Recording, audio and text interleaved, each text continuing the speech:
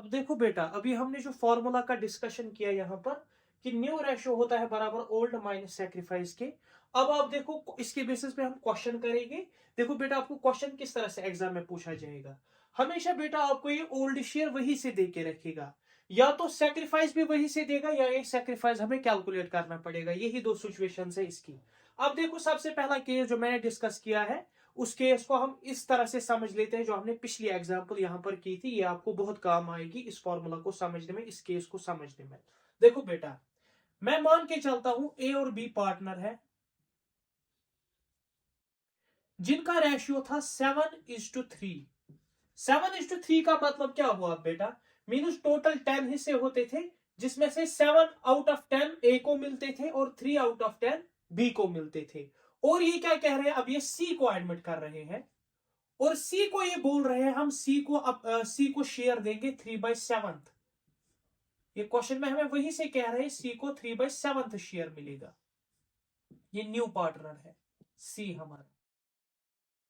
अच्छा, इसको अब ये शेयर कैसे मिल रहा है? देखो, क्वेश्चन आपको इस तरह से कहेगा, ए गिव्स या sacrifices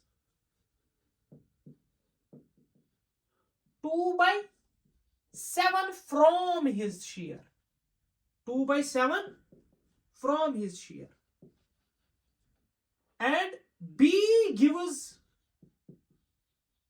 or sacrifices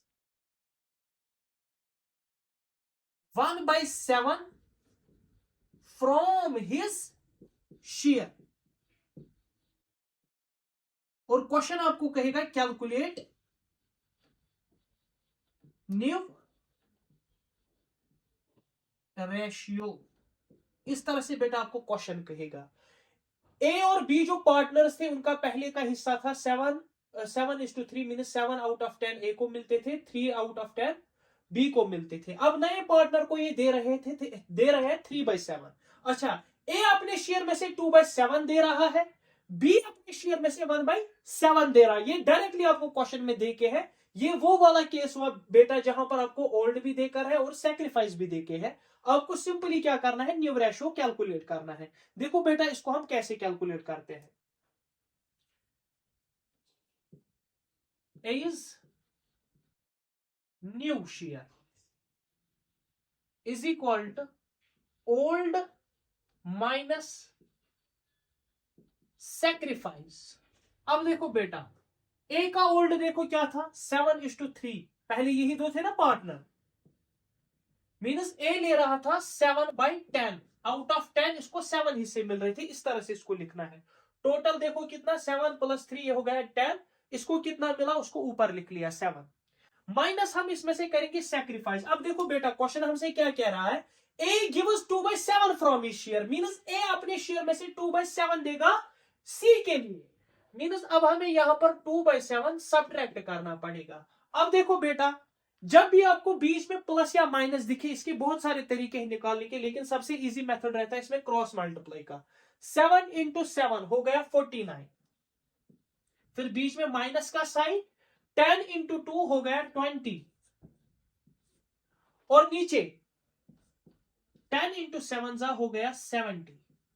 अब 49 में से 20 हम सब्ट्रैक्ट जब करेंगे, यहां पर बचेगा 29/70। ये निकला हमें न्यू रेशियो किसका, ए का। अब आप इसको इस एग्जांपल की तरह समझो। यहां पर 50,000 दे के था, अब यहां पर हमने इसने हमें न्यूमेरिकल वैल्यू में दिया, इसने हमें फ्रैक्शन में दिया। ये हमें इस तरह से नहीं देगा इंफॉर्मेशन।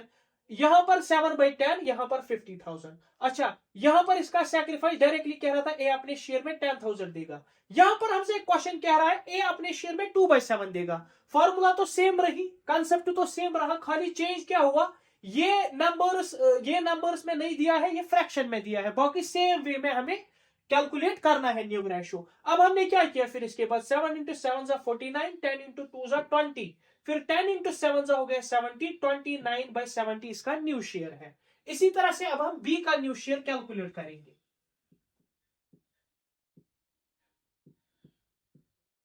इस फॉर्मूला के अकॉर्डिंग हमें दो चीजें जरूरत है, एक तो ओल्ड और सैक्रिफाइस।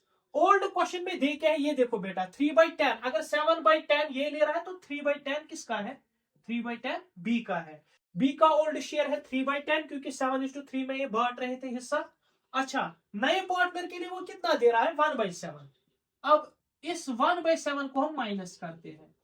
अब देखो बेटा 3 7 हो गया 21। मैंने पहले ही बोला प्लस और माइनस जब बीच में दिखे दो फ्रैक्शंस में तो क्रॉस मल्टीप्लाई होगा। 3 7 21 एंड 10 1 10, बीच में माइनस का साइन ऐसे ही रखा, 10 1 10, इसको इसके साथ, इसको इसके साथ। अब लास्ट में इसको इसके साथ करना है, डिवाइड बाय 10 7 70, डिनोमिनेटर उसको आपस में, ये बन गया बेटा 11/70। इसका न्यू रेशो निकला, ये निकला हमें बी का न्यू रेशो। ए का न्यू रेशो 29/70 और बी का न्यू रेशो 11/70। अब देखो बेटा आपको सी का शेयर वही से देके है, लेकिन प्रॉब्लम एक है, सी का शेयर जो है वो हमें देके है 3/7। अब तीनों के डिनोमिनेटर्स बेटा सेम होने चाहिए। अब आपको यहां पर सोचना है 7 को क्या मैं मल्टीप्लाई करूं ताकि ये 70 बन जाए, वो तो सिंपल है। इसी 70 को डिवाइड करो आप 7 से, आपको पता लग जाएगा क्या मुझे मल्टीप्लाई करना है, वो आएगा बेटा आपका 10। 10 ऊपर भी 10 नीचे भी, ताकि इनका डिनोमिनेटर सेम हो। 10 3 30 एंड 10 7 हो गया 70। ये निकला इनका न्यू रेशो। इस तरह से अब हम इनको लिखते हैं, new ratio is equal to A:B:C। A का नया रेशो है 29/70, बी का नया रेशो है बेटा 11/70 एंड सी का नया रेशो है बेटा 30/70। हमेशा बेटा ये याद रखना, न्यू रेशो में हमेशा इन न्यूमरेटर्स का सम एक के डिनोमिनेटर के बराबर होता है। देखो बेटा 29 + 11 + 30 आएगा 70 के बराबर, या आप इसको लिख सकते हो 29:11:30। ये है हमारा बेटा आंसर। ठीक है बेटा, ये इजी था बहुत। इसमें से हमें सैक्रिफाइस देके था, ओल्ड भी देके था, हमने सिंपली क्या किया, ओल्ड को सैक्रिफाइस में से माइनस किया, क्रॉस मल्टीप्लाई करके और न्यूमरेटर्स को न्यूमरेटर्स के साथ हमने अपना नया रेशो निकाल लिया। और लास्ट में हमने क्या किया, जो नए पार्टनर का शेयर हमें देके था 3/7, इसको भी हमने इन्हीं की तरह डिनोमिनेटर सेम किया, ऊपर 10 मल्टीप्लाई नीचे 10 मल्टीप्लाई 30/70, ये इसका शेयर बना बेटा।